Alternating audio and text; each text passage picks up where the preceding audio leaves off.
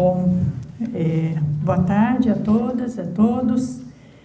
Eu quero dizer da imensa satisfação de estar novamente aqui na UDESC, uma universidade como a minha, né, de origem, Unicamp, estadual, que enfrenta, junto com as federais também, grandes desafios no campo do financiamento, né, da manutenção das suas atividades, e que pese as circunstâncias, vem levando um trabalho bastante guerreiro, digamos assim, no campo da formação. Eu quero fazer esse destaque porque o professor Celso, que me convidou, a quem eu já agradeço, e a Faculdade de Educação também, a direção da FAED, me enviou os documentos das mudanças curriculares que vocês estão fazendo, e quero dizer que não são muitas as universidades que têm hoje uma proposta de formação unitária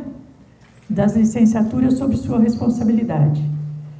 Eu acho que isso, para nós da ANFOP, que é a Associação Nacional pela Formação dos Profissionais de Educação, é um grande passo que se dá, porque há muitos anos, desde o surgimento do movimento em 83, que nós defendemos a formação unitária dos professores com uma base comum nacional, não nacional comum, não tem nada a ver com a BNCC, né?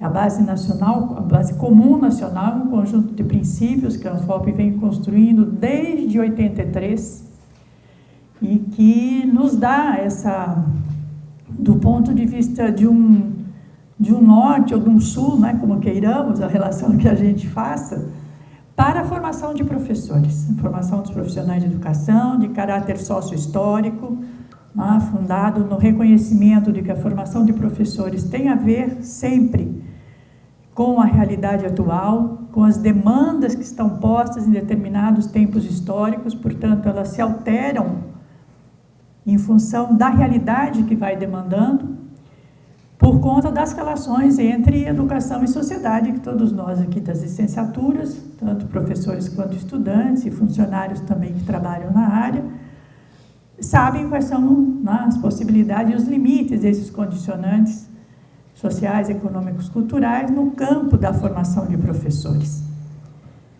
Então, eu quero destacar aqui o papel, né, que a FAED tem no conjunto das instituições das faculdades de educação nesse país, e acho mesmo que mesmo que ainda esteja embrionário, começando, né, essa formação unitária, isso tem que ser socializado, porque senão nós não avançaremos, né, para consolidar efetivamente uma política nacional de formação e valorização dos profissionais de educação de caráter unitário, né, que coloque todos os professores, seja de história, de arte, educação física ou pedagogos, com a mesma formação, né, nos fundamentos da ciência da educação, no conteúdo específico das áreas a serem ensinadas e na questão da gestão, do currículo, da avaliação, né, a relação teoria e prática, que hoje está meio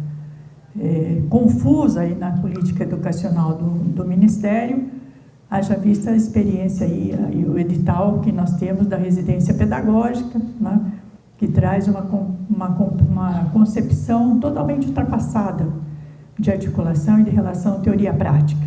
Né? Mas isso a gente vai vendo também durante a minha fala. Então, eu acho que deixa eu ver se eu sei manejar esse aparelhinho aqui.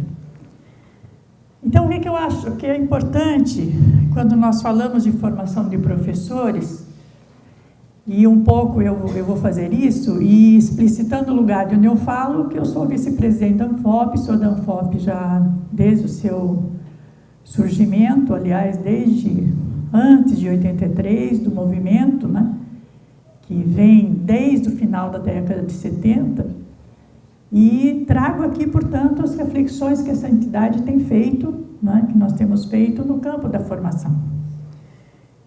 Hoje vocês acabam de ter aqui, de sediar a audiência pública do Conselho Nacional de Educação, que está discutindo a Base Nacional Comum Curricular do Ensino Médio.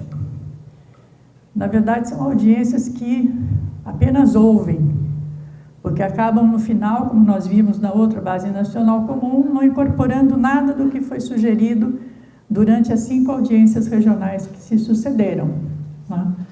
Então, o Conselho acaba aprovando aquilo que o Ministério quer, e aí nós vamos entrando numa lógica bastante perversa, né, do ponto de vista da formação. Só uma pergunta, é no vermelhinho que eu clico? Tá. Pode ser. Eu gosto também de passar, mas pode passar. É ruim porque às vezes a gente não pode prestar atenção para ficar passando isso. Mas o que eu queria partir, portanto, para discutir a questão da formação, para um pouco a gente partir de um patamar, né, que mesmo que não haja acordo total, pelo menos, né, em alguns pontos certamente haverá concordância, e que nós consideramos que devemos a cada dia firmar, né, essas concepções de formação.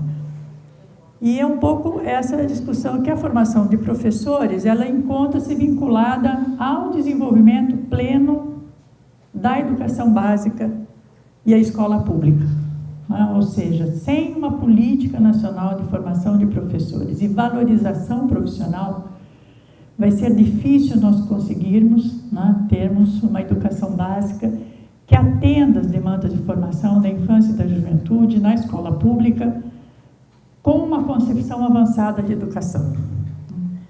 E isso significa que nós defendemos, portanto, como hoje é do movimento dos educadores, no geral, as universidades, a educação básica, né, todos nós sabemos que a concepção de uma educação emancipadora tem a ver com a construção de uma sociedade justa, igualitária, socialista, que supere as amarras da opressão, discriminação e da exclusão próprias do capitalismo.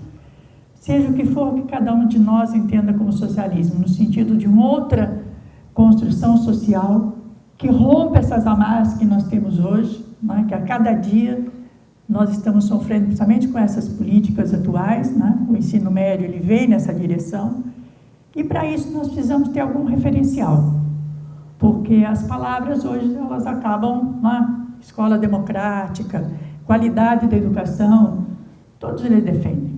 O empresariado defende qualidade da educação, mas de que qualidade nós falamos?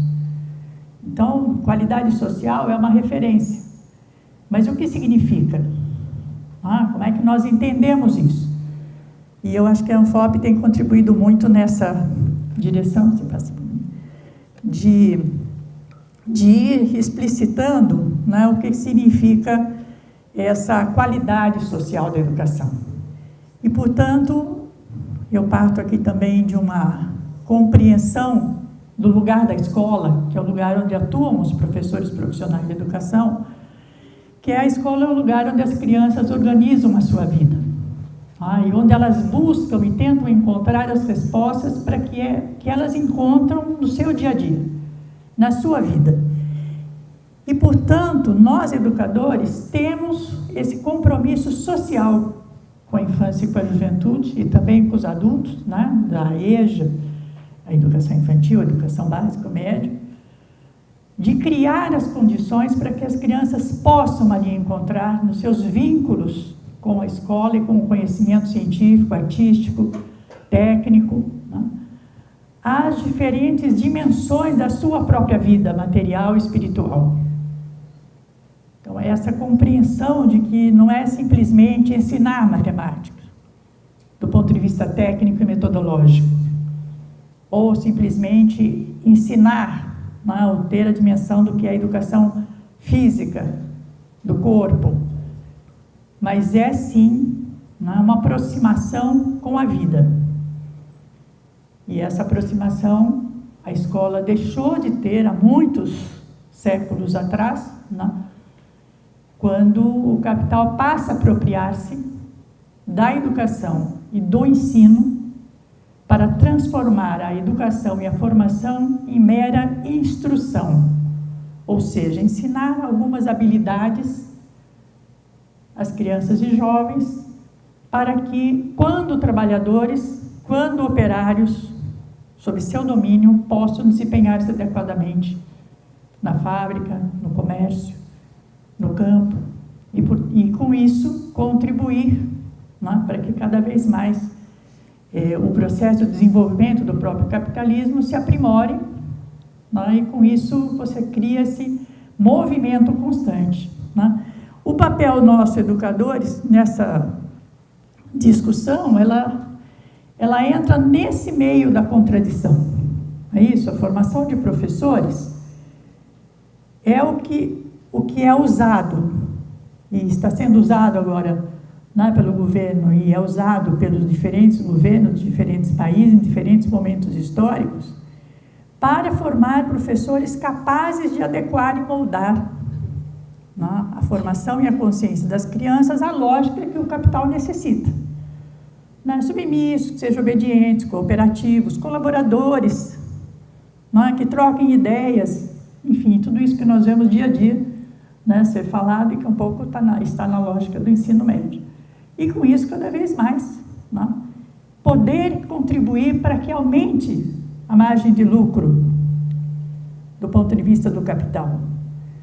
Mas, contraditoriamente, quanto mais educação o capital necessita oferecer, menos ele poderá explorar quando nós, educadores, conseguimos intervir nesse trabalho concreto da sala de aula, no trabalho da formação de cada criança, de cada jovem, de cada adulto. E, portanto, há uma contradição, e é nesse meio, nessa luta, que estamos nós, educadores. E para isso tem também alguns outros caminhos que muitos movimentos já descobriram, muitas escolas também, que é cada vez mais aproximar a escola dos movimentos sociais. Quem trabalha aqui com o movimento do Sem Terra, o MST, sabe o que isso significa. Você ter uma escola vinculada com as necessidades da vida da criança do campo. Ela não está descolada, desde a organização da escola até o conteúdo. Claro, isso na escola urbana, ela é mais difícil de ser feita. Mas esse é o grande desafio que nós, e a pedagogia de caráter sócio-histórico, ainda necessita avançar. Quais são os métodos, as metodologias, os conhecimentos, as estratégias de organização da escola que nos aproximam cada vez mais da vida das crianças? E uma das formas são os vínculos de estudo-trabalho, que várias escolas do campo nós encontramos isso, principalmente na universidade. Esse é o ponto nodal, e é por isso que tem a residência pedagógica como um programa central, e o PIBID como um programa central do Ministério da Educação, porque é ali na aproximação com a escola, quando você pode formar uma pessoa, como um jovem, professor. Está dando meio um eco aqui, será que é sempre dá? Então tá bom. Se essa aproximação com a escola, ela se dá com um caráter transformador, ou se ela vai se dar... É que eu já tenho uma voz meio cavernosa, né? Então, quando junta, tá bom. Minha voz já não é nada fácil. Ou se essa aproximação com a escola, ela vai se dar do ponto de vista técnico-metodológico. Não é unicamente pensar uma unidade. Vocês estão ouvindo? Então, tá bom. Ou simplesmente pensar uma unidade de ensino, fazer com que as crianças entendam qual é essa sequência didática do que eu estou trabalhando. E estamos conversados, eu aprendi como ensinar, de repente, equação, trigonometria, geometria, enfim, o que seja. Então, essa questão do trabalho pedagógico e dos vínculos dos estudantes com as escolas, ela é nodal hoje, no campo da formação. Vamos lá. Só para recuperar um pouco, porque eu gostei do título do seminário, que são os 55 anos de resistência, Então, bem rapidamente, eu recuperei o que vocês pode ter sido feito durante o seminário, mas para dar uma ideia um pouco da luta da educação nesse período, de 65 a 76, foi o período da ditadura, o período mais duro mesmo desse nosso momento histórico da ditadura militar. O início da redemocratização, ele começa em 75, 78, 79, quando tem os pareceres do Conselho Federal de Educação, que falam do curso de pedagogia, né, querendo transformar o curso de pedagogia. E toda aquela discussão, forma especialista, forma professor, que vem até hoje, que nós só resolvemos em 2005, né, com as diretrizes de pedagogia. Os anos 80, que foi a luta pela nova Constituição, né, a partir de 85 com a abertura, 86 a Constituinte e 88 a nova Constituição, onde ali também nós garantimos grande parte das bandeiras históricas que o Fórum Nacional em Defesa da Escola Pública vinha pautando, né? Perdemos uma questão fundamental que até hoje nós estamos colhendo os prejuízos, que foi no financiamento, quando a nossa disputa era recursos públicos exclusivamente para a educação pública e ficou recursos públicos também para entidades comunitárias e confessionais, e com isso hoje, né, escancarou-se de vez para recursos públicos para qualquer universidade, inclusive aquelas privatistas, né, que visam unicamente o lucro, como nós temos grandes conglomerados. Os anos 90 foi a década de educação para todos, né, e o que a gente chamou de um embate entre projetos de educação, né, no sentido de que vinha um movimento internacional numa crise do capital, que para se recuperar ele tinha que investir na educação e principalmente nos currículos, e todos nós nos lembramos do primeiro governo FHC, né, aquela mãozinha dos 5 dedos, ali estavam os pilares da política, que era a mudança dos currículos, material didático, ensino à distância, formação de professores, e o quinto eu nunca lembro, não era nessa ordem. Então ali já começaram, se a gente se lembra, né, como é que começaram as mudanças curriculares, os parâmetros curriculares nacionais, já se tentou fazer uma base comum, nacional comum curricular, né? Foram os parâmetros. E depois dos parâmetros, ainda veio os parâmetros em ação, que era a formação continuada dos professores para implementar os parâmetros.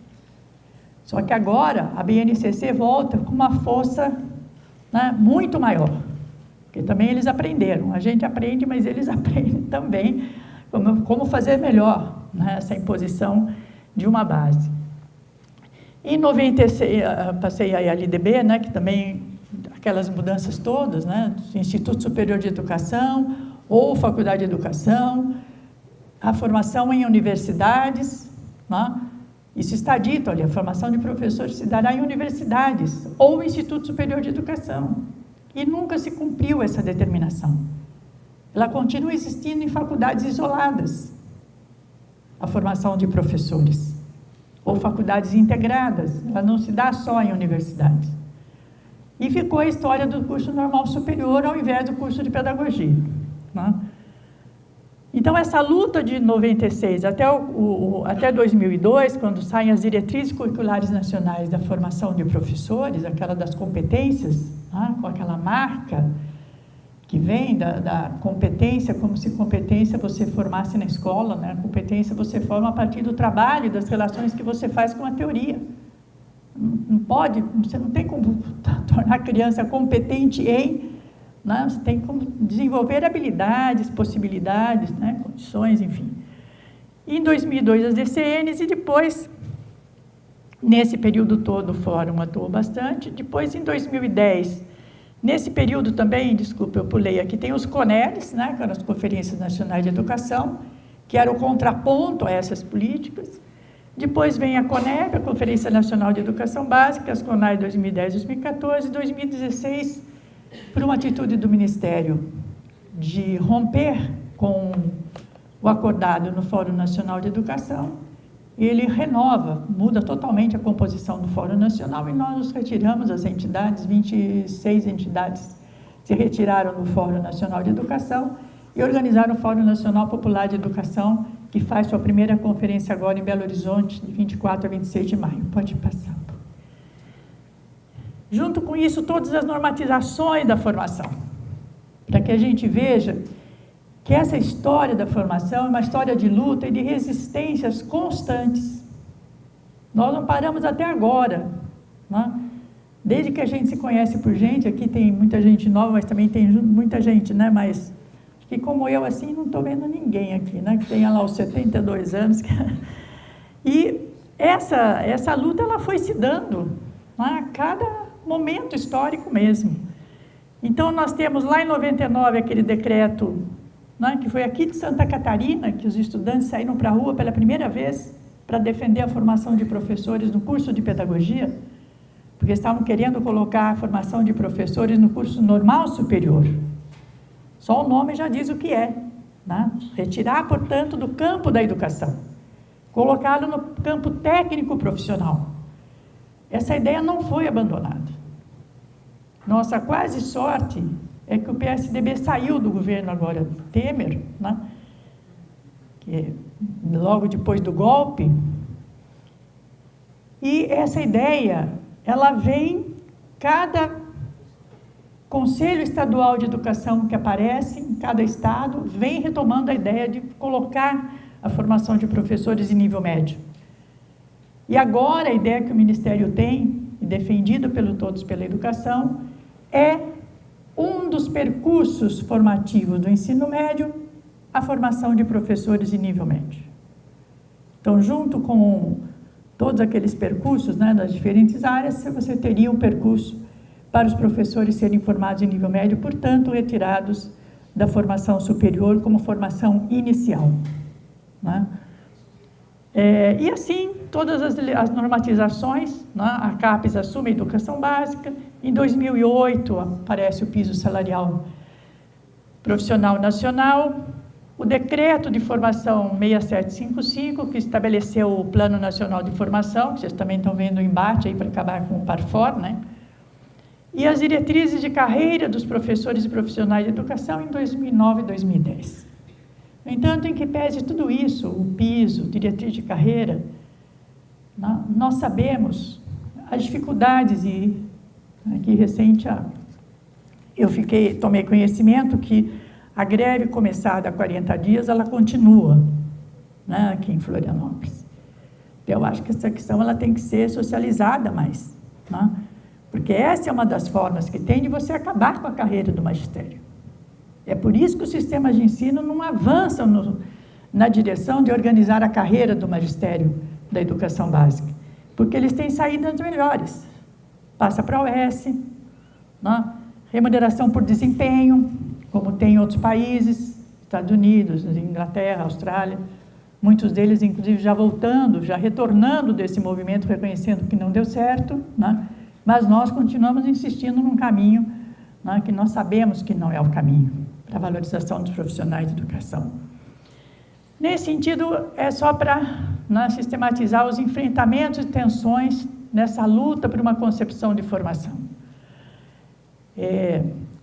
A discussão das diretrizes curriculares nacionais, sempre enfatizamos essa discussão de uma política global de formação e valorização contra, né, toda uma política que vinha de formação inicial apenas e programas pontuais. Quem aqui é mais antigo conheceu o ProLicei e outros tantos programas para apoiar estudantes de licenciatura. O PIBID não é o primeiro. Nós já tivemos programas anteriormente de bolsa para estudantes de licenciatura, né, e professores de licenciatura.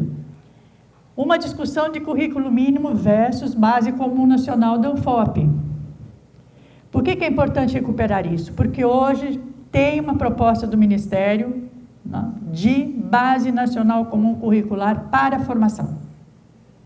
Então, voltamos à ideia de um currículo mínimo centrado nas disciplinas de metodologia, prática de ensino e didáticas. Os fundamentos, eles ficam alijados dessa discussão. O documento do MEC, que saiu primeiro, que nós não sabemos como ele vai ficar, foi divulgado, inclusive pela ANFOP há uns 2 anos, ele só trata dessas áreas, didática, metodologia e prática de ensino, que, aliás, é o que está no Plano Nacional de Educação quando fala de mudança das licenciaturas, né? Por isso que eu quero, mais uma vez, destacar a importância da FAED ter trazido outras questões, né, para a formação de todos os licenciados, da história, da geografia, do pedagogo, Não sei mais quem tem. História, Geografia, Pedagogia. As 3. Então, eu acho que essa é uma discussão importante para nós. A questão do locus, que eu já me referi, né, e também a formação para séries iniciais. Vamos passar. Bem rápido, né? 2002 saem as diretrizes para a formação de professores.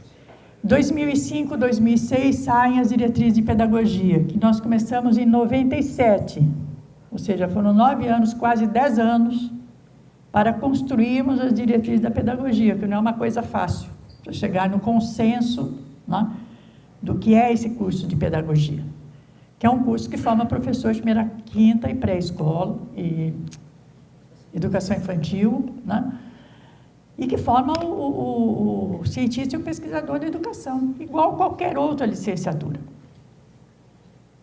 né, de história, geografia. Você forma um profissional da educação. Você não forma um bacharel com habilidades para ensinar determinados conteúdos, né? Então, podemos passar. Em 2015, são retomadas as diretrizes de formação, que é onde vocês também se basearam, né? Que é o que as instituições estão fazendo, para reformular os cursos de licenciatura no nosso país. Então, essa reformulação que foi pedido há um tempo atrás para o Ministério, para o CNE suspender, porque eles queriam incluir o atual Ministério, né, essa lógica do currículo mínimo, obrigatório, para todas as licenciaturas, nas DCN de 2015, na Resolução 2 de 2015. E é isso que está em jogo hoje, né? E é por isso que a professora Marilena Castro saiu do Ministério e foi para o Conselho Nacional de Educação. Porque o que ela tinha que fazer no Ministério, em continuidade ao que ela vinha fazendo na época do ministro Paulo Renato, que acabou em 2002, foi a Base Comum Nacional. A Base Nacional Comum Curricular, desculpa.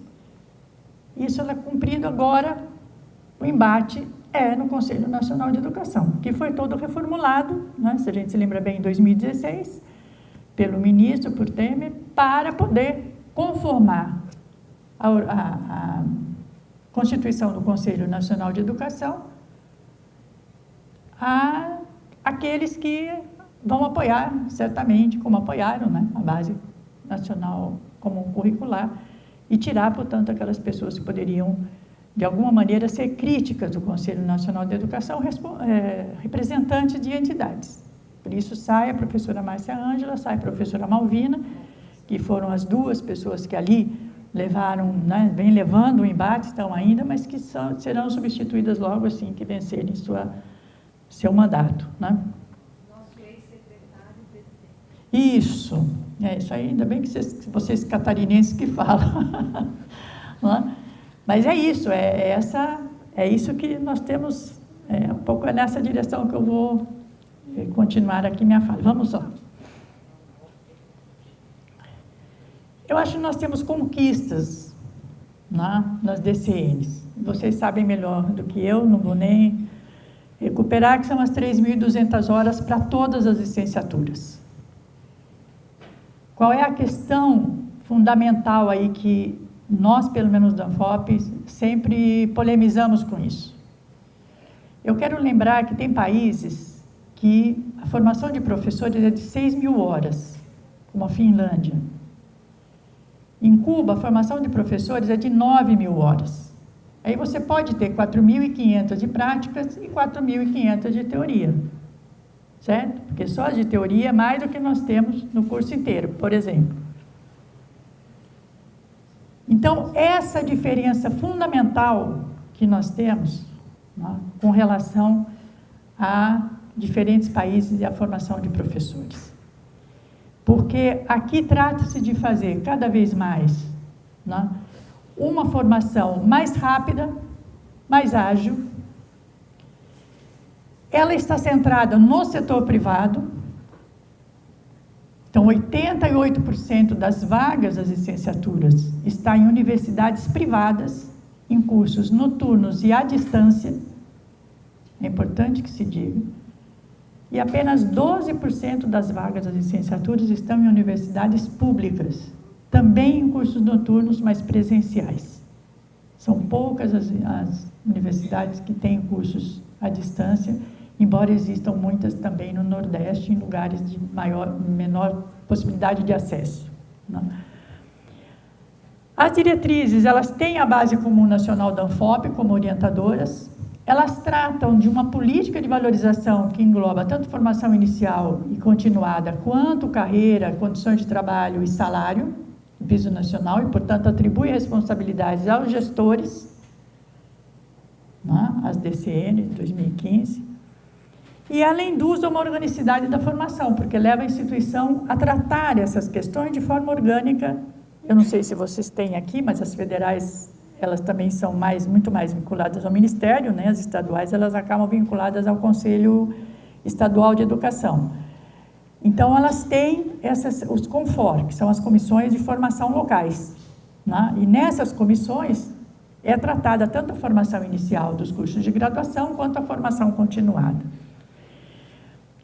E aponta para um subsistema nacional de formação e valorização dos profissionais de educação e a consolidação dos fóruns estaduais permanentes de apoio à formação docente, que foram organizados a partir de 2009, mas que não funcionam. Eu não sei como é que está Santa Catarina, mas São Paulo, por exemplo, se desestruturou. Em poucos estados continuam esses fóruns para pensar uma política nacional de formação. Então, vamos lá. Pode passar.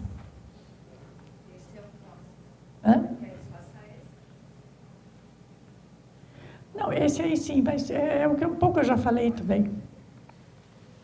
Bom, aqui eu acho que a gente tem que ver esse movimento todo de construção, que vem até 2014, 2015, ele sofre, como vocês estão vendo, né? Todos nós estamos vendo, uma ruptura em 2016 com o golpe parlamentar, midiático, jurídico que a gente vem chamando, que assola esse nosso país e que traz junto nessa corrente, né, que às vezes a gente não consegue acompanhar as mudanças que vêm acontecendo, tamanho esse sentimento avassalador, né, esse movimento avassalador mesmo, que vem com essas mudanças e retrocesso, mas que nem tudo é retrocesso.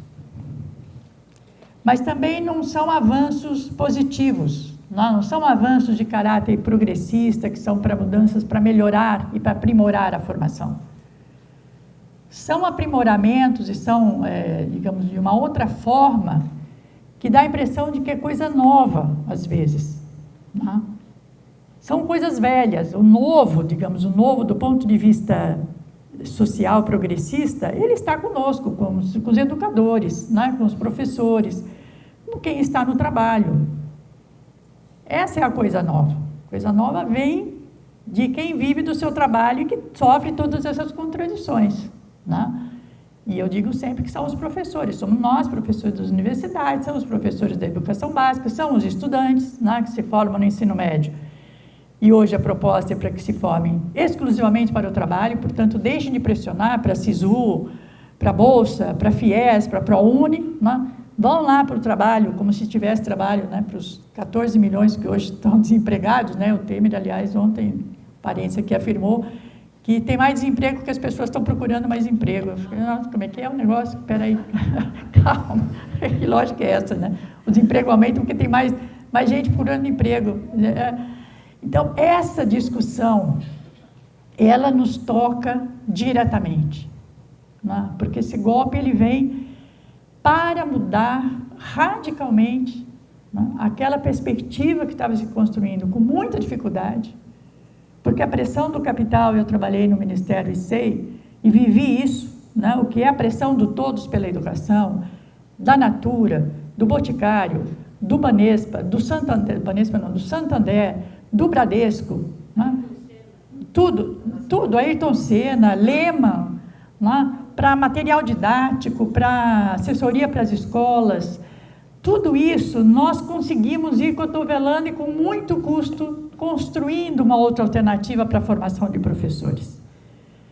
Eu digo que o exemplo maior que a gente estava caminhando é passar de uma rede nacional de formação continuada, que vocês lembram que tinham 10 ou 12, que era o Proletramento, quem trabalhou em Secretaria de Educação lembra disso, né? Proletramento, Gestar e outros programas, de 10, 12 universidades para 72 universidades em 2010. 72 instituições que poderiam ter, né, se desenvolvido para uma formação continuada, organizada, organicamente estruturada, junto com os fóruns estaduais permanentes de apoio à formação docente, né, junto com os estudantes, com todas as entidades, consolidar com o magistério uma política que respondesse às necessidades de formação. Mas essa não é a lógica que está posta. Né? Essa discussão da rede nacional, ela incomodava. Porque havia instituições, como aqui em Santa Catarina mesmo, no Rio Grande do Sul, que produziram material didático para esses programas. O proletramento foi produzido pelas universidades e produzido material didático, inclusive. Então, as editoras, as grandes redes editoras que hoje se reuniram em vários conglomerados, vocês viram recentemente, a Croton comprou a Somos, que é parte da Abril, que tem tanta coisa, a Cipione e outras editoras, para se constituir num grande conglomerado, né, financeiro, na verdade, esse é o caráter dele, não é nem educacional, para impor determinada lógica aos sistemas e às redes de ensino, que pelas condições de trabalho dos professores e pela história dos recursos públicos, né, vem sofrendo há muitos anos essa degradação. O piso sequer se implementou. Não se conseguiu implementar o piso, senão acho que em 3 ou 4 estados, e o piso na sua integralidade, não é só o pagamento do piso, que já é baixo. São as horas de atividade, que é 1/3 de horas de atividade. Isso não tem nem 4 estados no Brasil que implementaram, nem municípios, o tempo do estudo, da formação, do planejamento para os professores. Então, essa lógica que vinha se dando, né, de nós construirmos ao longo de anos, porque isso não é tarefa para um governo de 4, nem 2 de 8 anos, nem 3, né? Só para lembrar para vocês aqui, Cuba fez a Revolução em 58 e somente em 98, 40 anos depois, ele conseguiu formar todos os seus professores em nível superior. Está certo que tinha um embargo lá, mas nós não temos embargo. Então, nós poderíamos ter formado todos os professores, né, em menos tempo, com mais investimento, mas encontrou sempre a barreira da lógica empresarial que vinha se confrontando desde 2004, 2006. Então, essa questão do golpe, ela traz não só uma ruptura com os programas de educação que vinham se desenvolvendo, né? Então, as alterações no ensino médio, a formação inicial para fora, o PIBID, né? Com a criação de outras formas de PIBID e residência pedagógica, né? Que retoma a residência pedagógica, a análise que a Amped fez, por exemplo, ela retoma aquela ideia velha de observação, participação e regência, que nós já superamos, acho que na década de 80, né? Eu fiz minha tese sobre prática de ensino em 92, onde a gente analisava isso, né? Como é que passa dessa lógica, né, segmentada para tomar o trabalho como um princípio educativo na formação. Essa é a questão fundamental. Mas não, se retrocede ao que há de mais atrasado, mas não é o mais atrasado, é o mais atrasado o modelo. Mas faz sentido uma residência pedagógica nessa perspectiva, porque as grandes empresas nacionais e internacionais de produção de material didático já têm o material prontinho da Base Nacional Comum Curricular para começar em 2019 a implementar. E a Lehman hoje, que é a grande fundação que coordena toda essa lógica no Todos pela Educação, está coordenando tanto o PNAE, que em vários estados, como Programa Nacional de Ensino Médio, como coordenando formação de professores para a base em municípios inteiros, em estados inteiros de Norte e Nordeste. Então, isso não é pouca coisa, tá? Porque ela o fará também, assim como outras OS, com recursos públicos. Essa é uma discussão importante. E que, como não está determinado no Plano Nacional de Educação, nem na Constituição, que recursos públicos é exclusivamente para a escola pública, né, mantida pelo poder público, que também o conceito de público, ele sofre uma transformação. O público não é uma escola, uma instituição privada, ela é tida como pública se ela atende ao interesse público. Essa lógica vem desde a década de 90 também. As políticas neoliberais descaracterizam o sentido de público como não estatal. Então, reafirmar o público como público, estatal, gratuito, não é? Que já se perdeu, às vezes, em muitos de nossos documentos, sequer a gente se lembra de colocar nessa integralidade a questão do ensino público, gratuito, laico, não é? O estatal parece, não, estatal não, né? Mas, então, eu acho que essa discussão que eu acho que nos pega também. E uma última questão, que ela não é a última, na verdade, é um pouco o que orientará, é a discussão da escola sem partido, não é? A escola sem partido, ela está organizada, esse movimento, desde 2004. Nenhum de nós, certamente, deu muita importância naquele momento. Achou que era tamanha barbaridade e absurdo, né?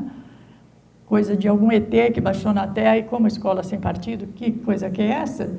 E o movimento só foi crescendo, né? A tal ponto que não adianta a PGR dizer que é inconstitucional, porque a Câmara acaba de aprovar numa comissão especial o PL que institui a escola sem partido. Pode até ser que na plenária, né, da casa você derrube isso, mas vai dar um trabalho danado, né, e faz com que a gente se mobilize para poder barrar isso, que nada mais é do que um PL aprimorado. Quem é que é mais antigo assim que nem eu aqui? Do decreto 477, de 16 de janeiro de 69, portanto, logo após o AI-5, onde se proibia toda a movimentação de estudante, toda forma de organização na escola, né? Depois, mais para frente, se destitui o tal do centro acadêmico, cria diretório acadêmico, enfim. Por quê? Porque se comprovou, e um pouco essa história que nosso país tem trilhado desde o ensino médio, né, com as ocupações de escola, com os movimentos secundaristas, lá em 69 ficou claro, né, que todo o ano de 68 tinha sido uma mobilização dos estudantes. Em vários lugares desse país, no mundo também, mas com outro caráter, né? Aqui no Brasil era a luta contra a ditadura, né, e a organização dos estudantes nesse sentido. Então, a escola sem partido, ela vem para poder dar as bases também para esse controle do trabalho didático e formativo que entra com as iniciativas que nós temos a partir digamos, desse movimento que nos toma, né, não é nem movimento, é uma onda, né, quase que é uma vaga daquelas que a gente fala que nos deixa todos aturdidos, né. Então, eu queria, só para um pouco ir sistematizando, para colocar depois algumas perguntas, né, quais são as formas de resistência que nós temos, porque eu acho que é essa a questão hoje.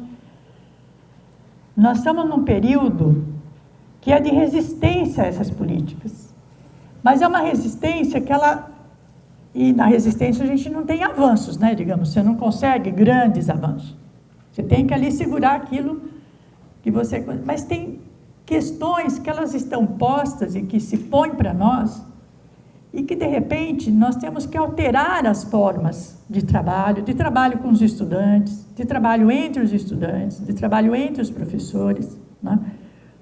Para poder trazer questões que hoje, até então, não estavam na nossa pauta. porque não supunha que a gente teria que lidar com o estado de exceção, nem com uma forma de organização da escola, que vão distribuir material pronto para as crianças passo a passo, e o professor só vai ter que seguir aqueles passo a passo, como em muitos municípios já tem, mas muito pontual, né? Agora ela vem mesmo de uma maneira grande, né? Com recursos públicos, não é uma experiência que uma ONG faz, né? Como lá em Campinas tem a De Pascoal, vende pneu, de repente ela quer fazer um projeto com a escola, eu pergunto, o que é um vendedor de pneu, né? Entende de escola, né? Então isso é uma questão que para nós faz parte também dessa, eu diria que é um pouco essa herança de um passado escravocrata que o Brasil tem, como dizem os historiadores.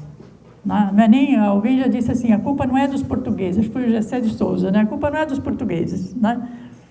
A culpa é do passado escravocrata mesmo, essa forma que nós temos no nosso país, essa burguesia, né? E esse empresariado que não perde nenhum, prefere perder o anel para não perder os dedos, né? Como a gente disse. Então, essa questão que eu acho que a gente precisaria, e aí eu acho que esse dado, ele é bem elucidativo, porque ele dá uma ideia do que é esse sistema ou subsistema que vai se formando no nosso país, de um aprimoramento da flexibilização da formação, né? Ou seja, veja o que faz a lei do ensino médio. Ela diz que não precisa ser, para aquele percurso formativo profissional, não precisa ser formado na área. Você tem um notório saber. São Paulo já tem um projeto de lei, e não tenho dúvida que isso vai aparecer em várias assembleias legislativas, que diz que notório saber pode ser para qualquer área. Né? Quer dizer, o cara é uma senhora cabeça, ele pode, né, de repente, querer dar aula lá como bico na educação básica, ou no ensino médio. Né? Então, essa flexibilização que vem, junto com o Ensina Brasil, que é um programa copiado dos Estados Unidos, e que forma qualquer graduado em 2, 3 meses, para poder assumir classes na educação básica, salas de aula de 1º a 5º anos, faz parte desse movimento de desqualificar o professor de um lado, desprofissionalizá-lo, por isso cursos de nível médio, né, que se centralizam unicamente na didática, prática de ensino, nas metodologias, esquece os fundamentos da educação, né? E com isso criar as condições na formação inicial para um maior controle depois na escola do próprio trabalho docente. Como que vai vir esse controle? Além do livro didático, né, pronto, vai vir para uma série de instrumentos que aqui a gente vai tentar bem rapidamente situar. Nós temos a Base Nacional Comum Curricular, como a questão mais importante hoje para o governo era organizar essa Base Nacional Comum Curricular. Por isso esse esforço desde 2010, se vocês acessarem o site da Avaliação Educacional do Luiz Carlos de Freitas, a gente vai ver lá, vocês vão encontrar, em 2012, foi recuperado um documento que era para a campanha de 2010, quando a Dilma foi eleita no embate com Serra. Aquele programa do PSDB, que vocês vão encontrar lá, ele dá origem àquelas OS todas que estão ali, que é a Lema, Ayrton Senna, Natura, várias, né? Junto com toda a equipe, Maria Helena, Guilmar Namo de Mello, tem 7 ou 8 pessoas ali envolvidas, né? Uma delas, um colega nosso, acho que bem desavisado, depois acho que ele se arrependeu, deve ter se retirado. Então, essa questão, ela vem há muito tempo sendo construída. Eu digo isso porque aquilo que parecia para nós, e vocês devem ter exemplos aqui, eu acho que essa greve, ela deixa, né, visível qual foi o movimento que estava se gestando aqui, que é as OS assumindo, né, a saúde e a educação, que vem desde lá sendo construído. Esse grupo é que organiza o movimento pela base.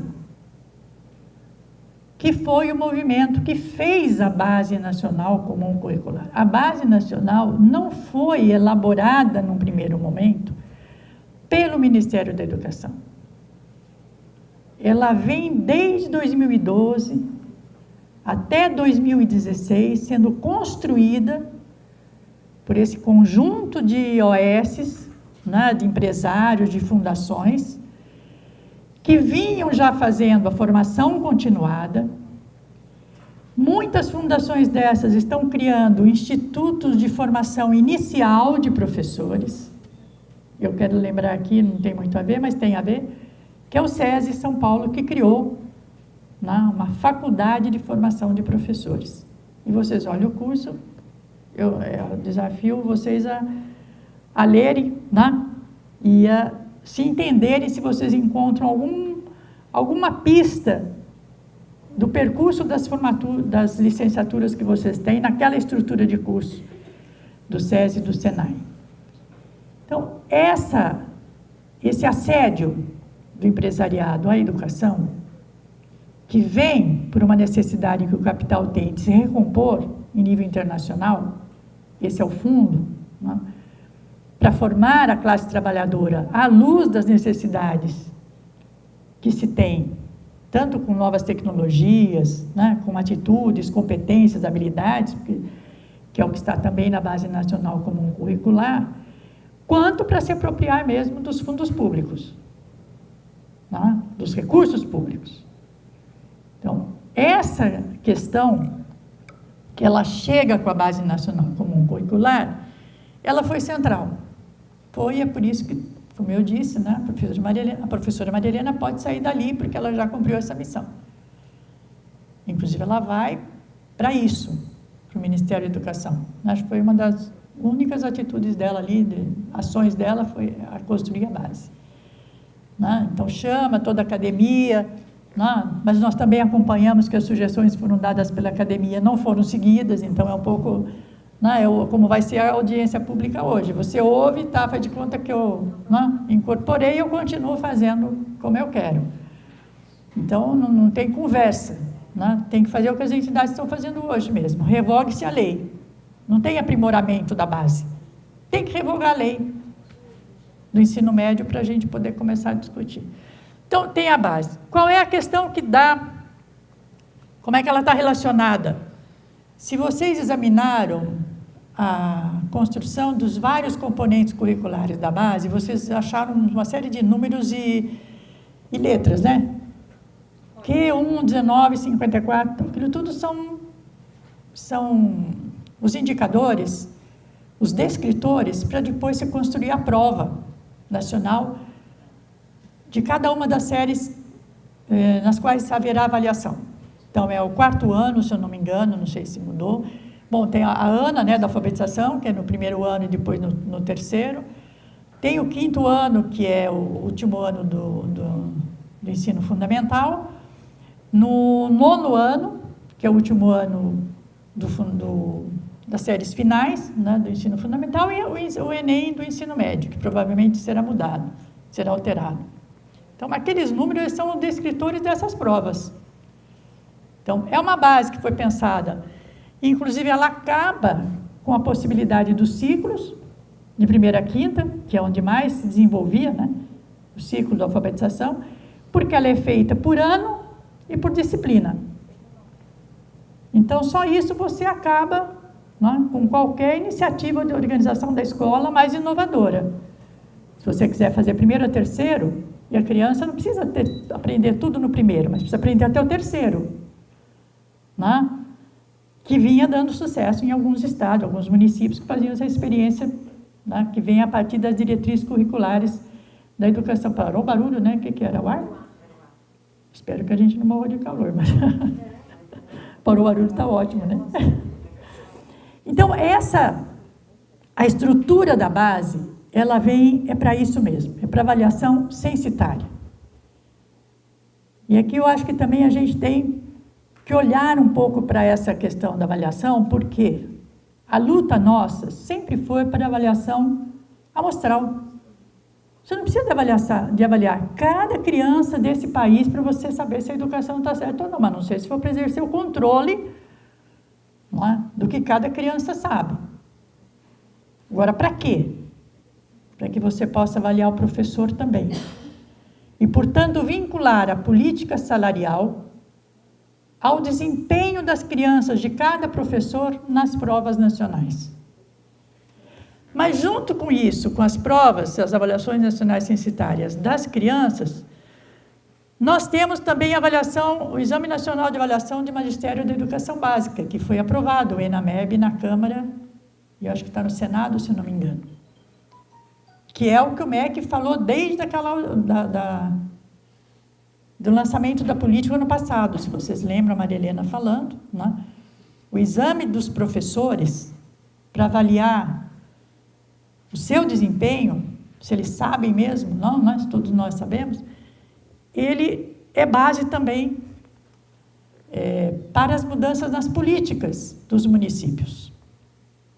E, portanto, corre risco a carreira, não é? Porque você passa a remunerar por desempenho, exclusivamente. Não é?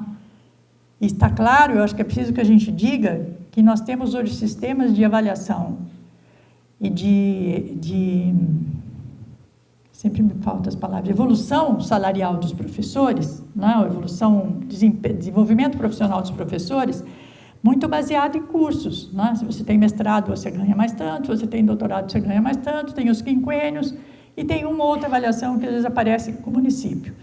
É óbvio que essa forma de avaliação, ela não é suficiente para os professores. E nem os professores acham que é. Não? Então, você tem...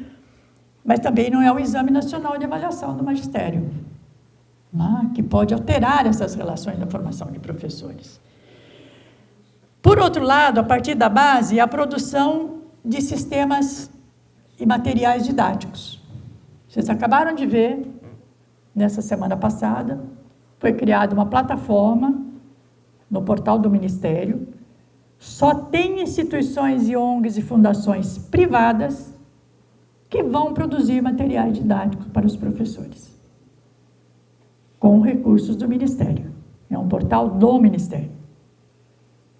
Não estão ali as instituições públicas que têm experiência com PNAE, com proletramento, com alfabetização, com ciências, com arte, com qualquer área, não, como muitas instituições têm.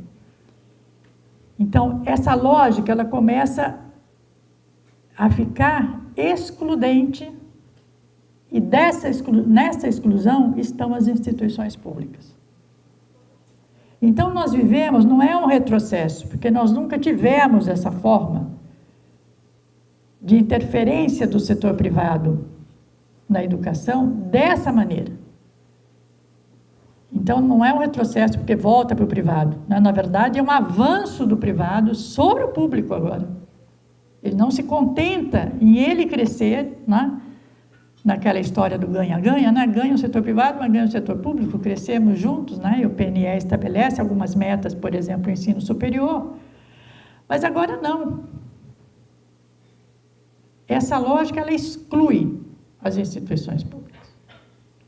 E é por isso que mudou o edital do PIBID do Prodocência para incluir as instituições não exclusivamente comunitárias e públicas. Para incluir todas as instituições. O que nós íamos segurando desde de 2009, né?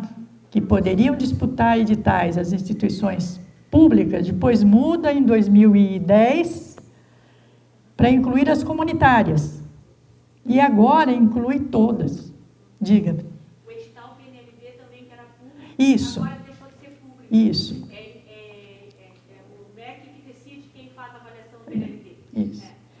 Então, vocês vejam que só isso, né, já era assim, não só para a educação básica estar em greve, né, os funcionários municipais, é para todos nós. Acabou a greve? Acabou. Que pena. É para todos nós estarmos em greve. Né? Estarmos, de alguma forma, resistindo a isso, de alguma forma. Né? Falo greve, mas não é greve. Né? Então, vejam, vamos continuando. Junto com isso, entre avaliações nacionais e o exame de professores, você tem o que está se chamando, esse gráfico quem fez também foi o Luiz Carlos, que é da avaliação, o que chama Big Data para o INEP. Quer dizer, quando você põe uma plataforma, não sei se vocês lembram, um tempo atrás, saiu devolutiva, portal das devolutivas. Qual era a ideia? Você pegar todos os resultados dos exames, das provas, da ANA, de tudo, colocar num banco de dados do INEP e dar para o professor qual é a saída pedagógica que ele tem para aquele aluno que teve aquele tipo de problema. Então, com isso, a interferência e o controle, é isso que eu estou chamando que é uma nova fase do capital e da lógica que vai se impondo na formação, que é o maior controle do trabalho docente. Porque a parte pedagógica, eu determinar, olhar para a minha criança e as dificuldades dela, do meu jovem, e olhar e falar, eu quero, é esse caminho que vai resolver o problema dele, e me submeter ao portal do INEP, que vai casar lá os dados de forma aleatória ou não, né, de forma mecânica, a partir do trabalho humano, é claro, porque tudo isso é trabalho humano, mas é trabalho humano morto, né, e indicar o caminho para aquela criança. E se outro tiver o mesmo problema no Brasil, vai ser o mesmo caminho. Esse portal ele deixou de existir por enquanto, mas a minha hipótese, que eu acho que é para a gente observar, é que esse novo portal, agora só com as grandes editoras e fundações iOS privadas, vai substituir isso através do material didático que vai ser criado.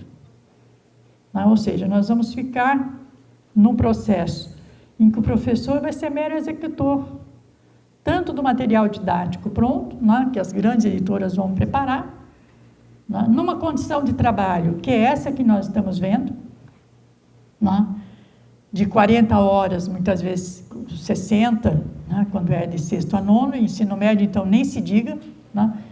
Tem alguém professor de ensino médio aqui? Porque o professor de ensino médio hoje, ele corre o risco, né, e frequentemente ele vive esse risco, de ter 400, 500, 600 alunos. Quando ele tem uma disciplina de 2 horas, ele tem esse número de alunos. Quer dizer, é impossível você desenvolver qualquer trabalho mais significativo, digamos, que pese todo o esforço que os professores fazem, né? E ele, portanto, se mostra muito diferente daquele professor de primeira a quinta que tem seus 40 alunos todo dia, né? Do que um professor que passa por ele 400 alunos na semana de séries diferentes, de quinto, de sexto, de sétimo e oitavo. Então, essa lógica do professor é que também, né, e por isso que eu digo que está na mão dos... Não é dizer que os professores são os salvadores, nem jogar sobre eles essa responsabilidade.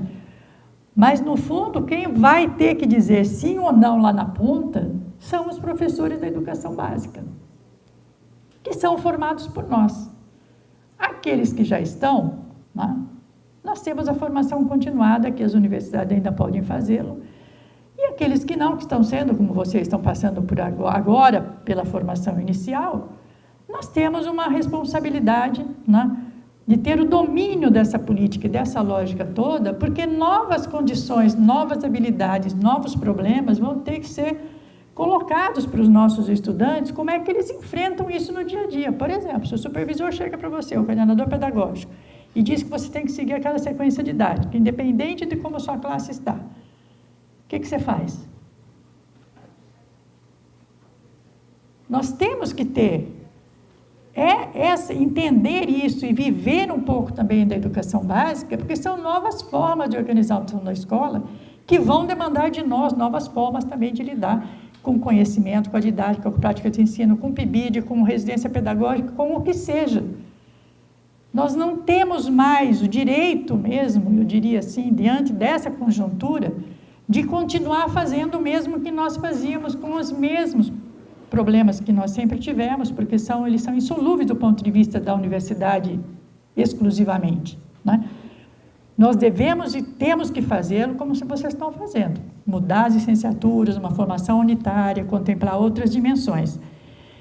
E certamente só isso já vai colocar, viu, professor Celso, trocentos problemas que vocês nunca pensaram, né? Só isso já vai demandar, por exemplo, no menino que está na química, na física ou nas artes, uma série de questões para as quais ele nem imagina, né? Ele nem sabe se ele quer ser professor depois de tudo isso que ele tiver que ver. Ele está com a ideia de que ele vai fazer, né? Assim, aprender como ensinar só química, só como ensinar química. Só que para ensinar química, eles têm que saber um conjunto de outras dimensões, não é? Currículo, avaliação, a condição socioeconômica, os condicionantes sociohistóricos, culturais, enfim, que hoje são o que abalam a escola no sentido positivo, né? Que movimentam a escola. Que se nós não tivermos olhar para isso, vai ser difícil. Portanto, o papel dos diretores de escola, né? E do currículo das instituições formadoras de professores. Acho que são duas questões que, por isso, que quando nós olhamos para um DIME, por exemplo, nós vemos lá nas reuniões da Undime qual é o cartaz que está por trás da Undime. Fundação Lehman.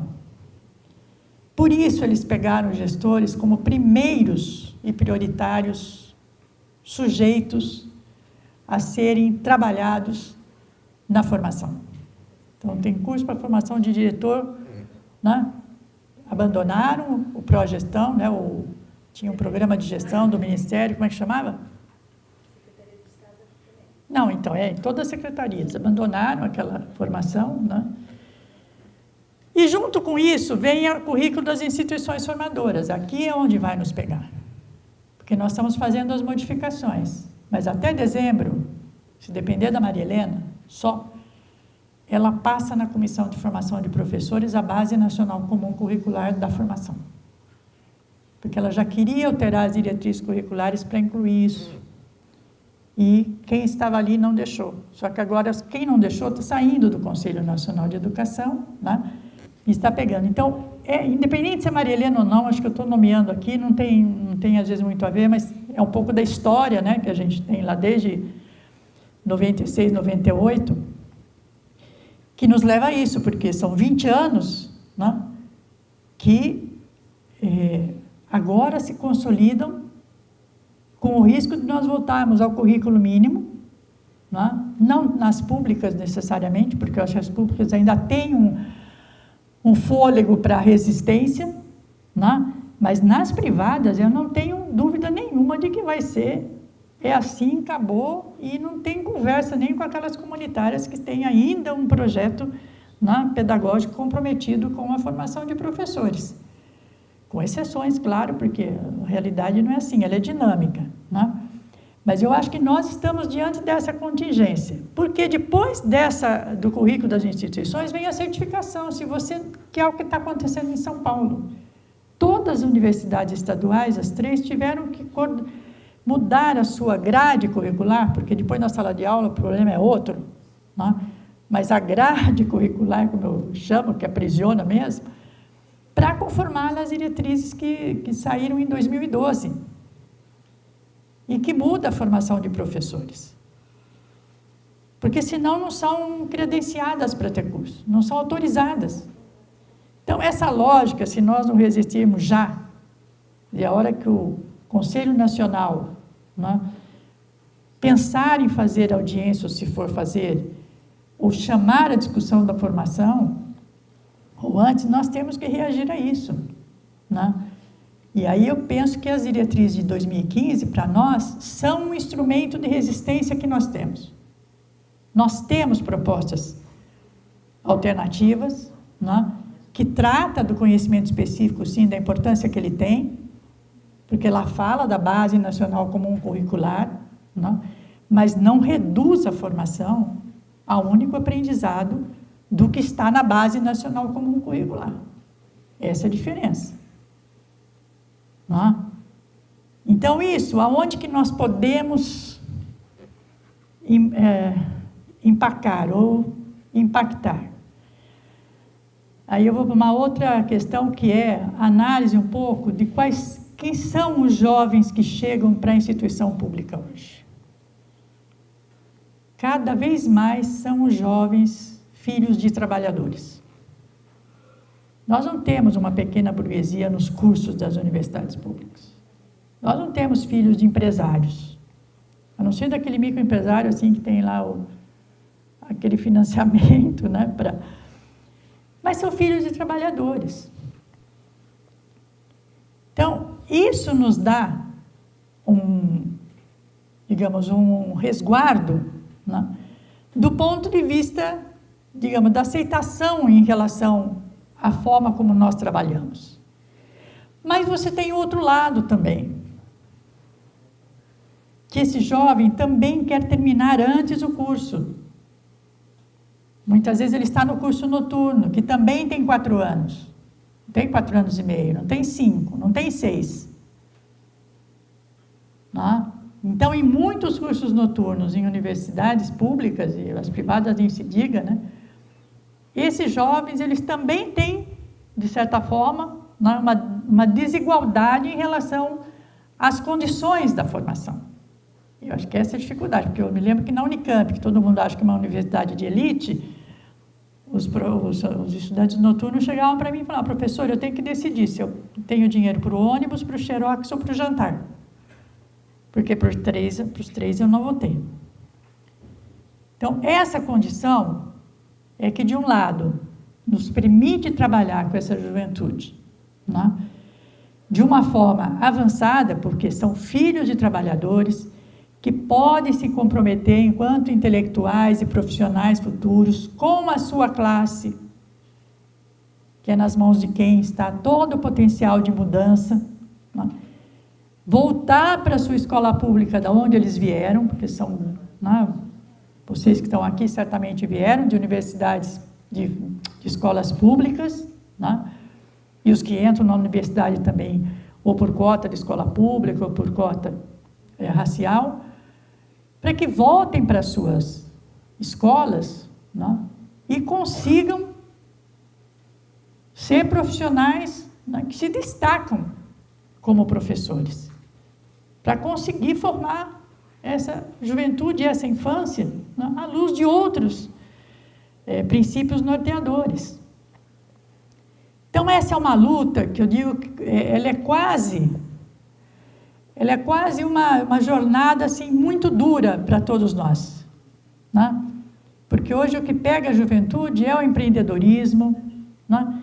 É a luta por ser, né, eu quero ter minha própria, de preferência eu ter minha própria ONG, né? Eu tenho conversado com jovens que muitas vezes saem do PIBID, criaram organizações sociais, porque aprenderam com o PIBID, então, como se destacam, tem essa, né, se destacam fazendo projeto, depois avaliando, quer dizer, passam por experiências que muitos outros não passam. Então, isso também dá um diferencial, né, e que nós precisamos cuidar. Enfim, o que eu quero dizer também é que nós temos uma responsabilidade de formação da juventude. Porque a juventude hoje ela está submetida a essa lógica toda, né, do individualismo, do vire-se, que é um pouco o que está posto para para todos nós. Porque junto com essa política toda vem a lógica da meritocracia, que é uma lógica do pensamento liberal. Você não é igual a mim, porque eu me esforcei para trabalhar. Por que é que você quer cota? Por que você quer bolsa? Se você não tem mérito, vocês já ouviram isso certamente, né? Várias vezes, nessa luta por cotas ou não cotas, né? Então, essa lógica que vai impregnando também, né? E acaba com toda a possibilidade de solidariedade, de companheirismo, né? E a hora que você puder remuneração por mérito na rede pública, isso pega os professores também, se não houver uma luta coletiva. E, nesse sentido, nós da universidade não temos poder de mudar isso na educação básica. Mas nós temos o poder de apoiá-los na luta, de travar debate, de trazê-los para seminários, para debate, estar com eles nos momentos mais duros que eles vão ter que enfrentar. Até para poder dizer não à Base Nacional Comum Curricular. Então, eu acho que essa questão que eu queria chamar a atenção. Por quê? Porque lá na ponta vai ser cada vez mais difícil.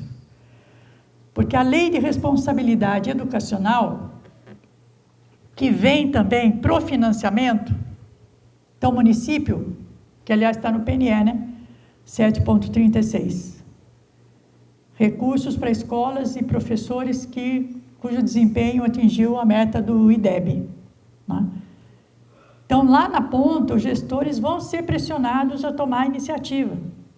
E se não for do corpo pedagógico da escola, eles vão contratar organizações sociais, como, né, estão fazendo aqui em Santa Catarina e Florianópolis e em inúmeros outros estados do Brasil.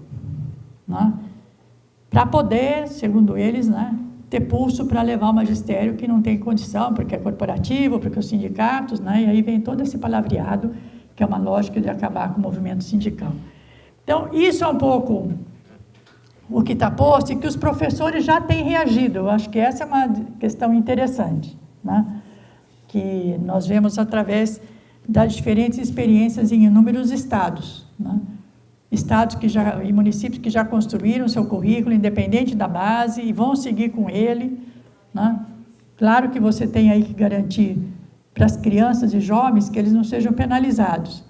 Mas aí tem um outro movimento também que eu acho que cabe discutirmos também na formação, quando nós falamos do trabalho pedagógico na escola, que já surge em diferentes países, por exemplo, é o movimento dos pais,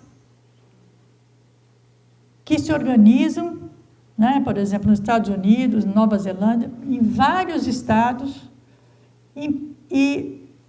desautorizando seus filhos a fazerem os exames nacionais. Tamanha descompensação psicológica, né, das crianças submetidas a exame cada 2 anos, como é nos Estados Unidos. Então, isso aqui ainda no Brasil a gente não se deu conta ainda do que significa. Deu assim, sabe que é difícil, né? Porque muitas escolas preparam as crianças para a prova. Isso a gente sabe. 3, 4 meses por ano o professor está lá preparando para a prova. E língua portuguesa e matemática. Essa é outra questão. E quem viu agora essa pesquisa também de filosofia e sociologia atrapalha o desempenho em matemática, né? Deve ter dado muita risada, porque eu dei muita risada. Eu falei, como assim? Quer dizer, como é que alguém mede, né?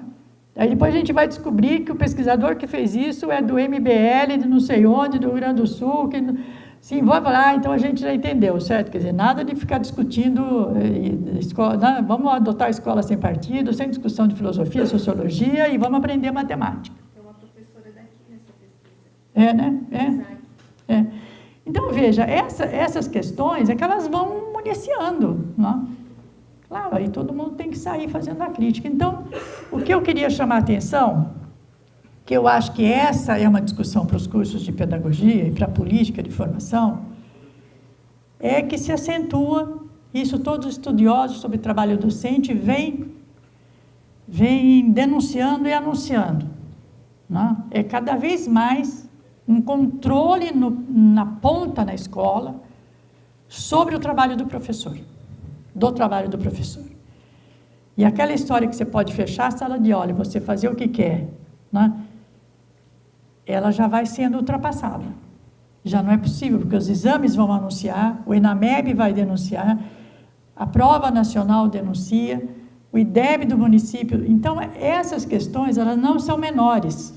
As formas que nós vamos ter de reagir vão ter que ser pensadas em cada localidade, né? Em cada local, em cada município, em cada escola. Mas, sem dúvida nenhuma, trazendo muito a relação universidade e educação básica para essa discussão. Vamos passar para ver se a gente consegue. Eu acho que isso aqui eu já falei, né? Acho que podemos passar. Aqui, queria chamar só a atenção, acho que esse aqui, vou ficar com esse último aqui, depois eu posso deixar com vocês esse material, que tem mais algumas questões, mas hoje a gente deixa para o debate também. Eu acho que tem alguns desafios que nós temos pela frente, parte deles eu já coloquei. Como é que a gente estabelece novas relações do professor da educação básica com o docente do ensino superior? Eu acho que esse nós temos que repensar. Já não são suficientes PIBID, a pesquisa de cada um, que pega 2, 3 professores, não é suficiente, não é que não tem que ser feito. Elas não são suficientes para responder o conjunto e a complexidade dos desafios que nós temos, nem conjunto, né? Quer dizer, se for olhar, tem 1 ou 2 centrais, mas não são mais suficientes para a gente ficar né? Nessa lógica, tanto para a graduação quanto para a pós-graduação. Né? A gente estava discutindo outro dia lá na Unesp, falar, bom, nós vamos continuar essa forma de organização da pós? Que avaliação nós temos da pós? Que não valoriza o trabalho docente na graduação. A CAPES não valoriza. Levou para si a educação básica, mas não valoriza o quanto está empenhada na graduação, nas universidades. Não é isso? E vamos continuar assim, cada faculdade, a minha, tem 33 grupos de pesquisa, 90 professores. Haja problema de pesquisa para 90 professores, 33 grupos. Não, como que nós estamos lidando com esses desafios? Quais são as questões mesmo, independente da autonomia do pesquisador, né? Mas o que pode ser feito? Não precisa ser feito por todos, mas alguém terá que fazer. Alguém terá que fazer um trabalho de investigação e de extensão com os professores de educação básica para examinar qual é o sentimento deles em relação a isso, qual é o grau de adoecimento deles por conta dessa pressão. A gente sabe que tem pesquisas nessa direção, mas como que nós fazemos para socializar esses dados e tornar os professores fortes diante disso? Essa que é a questão fundamental. Mas que nós, da universidade, porque não adianta nós sermos críticos da Base Nacional Comum Curricular. Não vai passar por nós. Vai ser lá na ponta que vai ter que resistir. Nós podemos fazer a crítica que a gente quiser.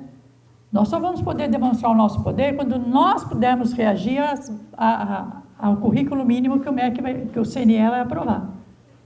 Aí caberá a nós, porque cabe a formação inicial de todos os licenciados. Que áreas, portanto, nós podemos indicar como essenciais para o desenvolvimento da educação básica, para além das metodologias e o ensino de química, física, biologia, é isso que nós sabemos fazer. Dar um curso de metodologia. E além também só da questão da diversidade e tudo, quer dizer, que outras questões nós podemos levantar, que são essenciais para o professor da educação básica hoje? Dessa visão crítica da educação mesmo, para eles se fortalecerem. E a perda de autonomia das escolas e do sistema de educação básica frente a essa imposição e aos processos de privatização e das fundações. E como nós vamos resistir a esse processo de trabalho, de controle do trabalho docente. Como é que nós vamos nos aliar aos professores da educação básica para pautar essas questões? Que lutas nós temos que fazer? Então, acho que são questões que vocês... Certamente, há particularidades, né, em cada universidade. Eu sei que a FACED se articula muito, por exemplo, nessa semana que eu olhei lá, tinha uns 4, 5 páginas, são 4 eventos grandes, né, com muito trabalho, pós e graduação, né, mas também acho que nós precisamos ter mais professor da educação básica presente. E não só através de PIBID ou residência pedagógica, né? Eu acho que nós temos que abrir mais. Santa Catarina tem eu acho que vocês têm aqui uma experiência histórica, pode não ter dinheiro, né, UDESC, mas também aqui, junto com a UFSC, que tem na área de tecnologia educacional, de educação à distância também, pensar formas de ligação com a rede, né? As redes não têm 2, 3, 5 computadores, por exemplo, que junto com a universidade se planeja eventos e chega lá na ponta, na hora da atividade do professor, quando ele está reunido para planejar, por exemplo, e a universidade, naquele momento, está fazendo uma discussão com a rede toda, não sei, pensar formas, né? Que não é só de trazer o professor, que ele muitas vezes não pode vir mesmo. Você tem, quer dizer, pensar mesmo, criar alternativas, né? Para mobilizar, para conseguir fazer com que os professores se sintam apoiados e fortalecidos, né? Junto com os sindicatos e tudo. Vamos lá, acho que eu vou terminando. Para a gente... É isso aí, acho que não tem mais. Pode passar. Então é isso. Aí é um poema de Brecht que eu gosto muito. Quem já me viu, já viu. Eu que nada mais amo do que a insatisfação com o que se pode mudar, nada mais detesto do que a insatisfação com o que não se pode mudar. Então é a pergunta para nós. O que é que nós podemos mudar? E tem muita coisa, né? Como é que nós identificamos esses canais de mudança, que pode não ser avanço numa resistência, né? Porque na resistência não se consegue avançar, Você está resistindo, vamos lembrar da resistência na Segunda Guerra para ver, né, o que era. Você quase assim, era resistir para continuar sobrevivendo, para poder continuar lutando num outro período, né? Então, esse vigor que nós precisamos ter na universidade, né? Porque aqui é onde tudo pode ser feito. Não que dependa de recursos. Mas o que você não puder fazer na universidade, em termos de produzir conhecimento, de falar, em que pese todos aqueles processos que quiseram pôr, né, contra pessoas do curso do golpe, na época mesmo do impeachment, não podia fazer não sei o quê. O que não puder ser feito aqui, dificilmente vai poder ser feito em qualquer outro lugar. Porque nós temos uma autonomia no pensamento, né, e o conhecimento que liberta, que nos dá essa certeza, que eu acho que nós temos que exercitar, né? E é isso que nós temos que amar, né? Essa insatisfação, porque pode ser mudado algumas coisas. E eu acho que vocês conseguiram avançar mais, quero fazer mais uma vez o destaque. E eu acho que nós aqui da Anfop, viu, Zenir, temos que socializar essa experiência aqui, das mudanças que estão sendo feitas, dessa formação unitária, né, dos licenciandos, e conseguir abranger outras licenciaturas que, por acaso, a UDESC tenha, né, mas que não estão aqui. Então, acho que esse é um segundo desafio, né? Como é que nós podemos expandir, enfim, essa concepção e ganhar cada vez mais o coração e as mentes das pessoas todas. E acho que nós temos uma primeira tarefa, né, que é levar esse ano, ver se a gente consegue, pelo menos, fazer com que não nos sufoquem outros 25, 28 anos, como nós vivemos no último período da ditadura, né? Acho que a gente tem esse dever também, é nos mobilizarmos para fazer esse debate, qual é o projeto para esse país, né? E conseguir realmente fazer, porque a hora que o povo assume, eles assumem para 20, 30 anos. Né? E nós não podemos, eu pelo menos não vou conseguir ver de jeito nenhum, não vou viver até 102, tenho certeza, nem 92, então os jovenzinhos vão, né?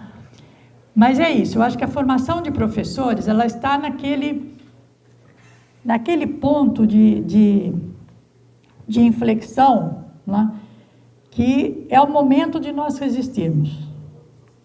Eu acho que nós começa com Escola Sem Partido, que é a tentativa de nos amarrar, né, de nos amordaçar, não é à toa que puseram o nome de Lei da Mordaça, porque aí disso se trata, não tratar de nada, não é só da diversidade sexual nem religiosa, não é muito por aí só não, é de tudo, né? E agora essa nova PL, né, pretende dizer que nós temos que ser professores da família, os valores da família, quer dizer, onde que fica a educação, né, nacional, no sentido de uma educação do povo? Não tem sentido, se for para a família, então a família faça, né? Vários países já estão, que a gente é contra, mas vários países estão adotando. Então, acho que essa questão, na Escola Sem Partido, ela tem centralidade, a formação de professores e a história da base, que amarra pelo lado do conhecimento, que é a outra forma de libertação das pessoas, né, serem cultas para serem livres, como dizia José Martí, né? Então, essa questão, ela não é menor, não. A gente não tratou adequadamente, porque não imaginávamos que chegasse nesse ponto, desde 2004, né, movimento Escola Sem Partido. Então, isso, que a gente não se pegue de novo, né, deixando passar muitas coisas que nós vamos sofrer muito, nós e as futuras gerações, nossos filhos, netos, né, e principalmente a maioria do nosso povo. Então, acho que tem muitas lutas aí. Eu acho que hoje o pessoal sai do Conselho Nacional de Educação com a ideia de que tem que revogar esse PL, né, e vai ser levada toda uma batalha na Câmara para isso. Então, nós precisamos mesmo, né, quem tiver acesso ao jornal, escrever em jornal, em sala de aula, e trazer os professores do ensino médio para essa batalha, porque eles vão ser acuados, né, pelas novas formas de organização da escola e precisam de um apoio nosso, né, não para tomar a dianteira, mas apoiar, fortalecê-los nesse sentido. Então é isso, acho que a gente pode partir para o debate, né? Senão eu fico falando aqui o tempo todo, não vai dar muito certo.